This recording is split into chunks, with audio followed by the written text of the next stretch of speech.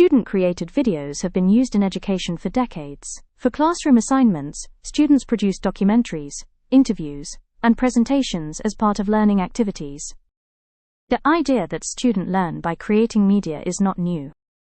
Constructivist educational theorists believe that learners understand concepts more deeply when they construct artifacts to express their ideas.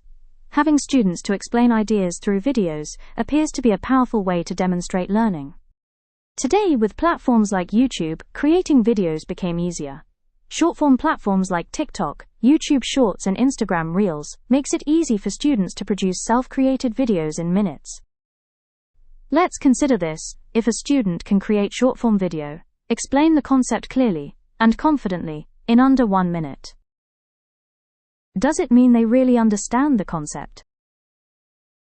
In this EKF, we investigate a common belief in digital education that clear explanations demonstrates deep understanding.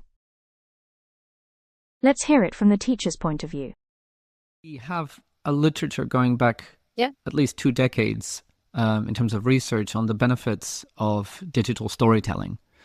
So the idea of having students create their own videos is really interesting. The most interesting one is that it empowers students once they have seen how it can be used to help them in their learning, because suddenly it opens up all sorts of possibilities for them. I think what's also brilliant about them is that it really provides students with a kind of achievable model for what they could do. Students will not be able, in most cases, to film a 2-hour-long movie, but they can film a 45-second video on their phone. So it's something that it empowers them, as you've said. It also makes them feel like maybe if this is something that they do regularly, they might be experts at how to film videos. And so it gives them the sense of, okay, I may not be an expert at English yet, but I am an expert at making these short form videos. So it gives them a sense of confidence, I think, and willingness to kind of take risks a bit more with the language because they are already experts at one part of what they're doing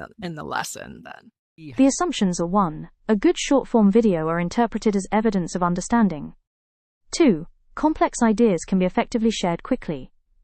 Lastly, all students are experts at creating short-form video, because it's the in thing. The belief may have overlooked something. A phenomenon known as the illusion of explanatory depth, which explains how people often overestimate how well they understand things. People may believe that they understand how something works, until they are asked to explain it in more detail, or with depth. When deeper questions are asked, the gaps in understanding become more apparent. Similar issues may occur with students producing video explanations. A short explanation using short-form videos may sound clear and persuasive. However, it relies on simple descriptions and memorized statements rather than deep conceptual reasoning. As a result, these explanations can appear convincing even when important aspects of the concept are not fully understood. Short-form media platforms encourage explanations that are brief, engaging, and easy to follow, which reinforces this effect. Many concepts in academic studies are complex and require careful reasoning, examples, and elaboration.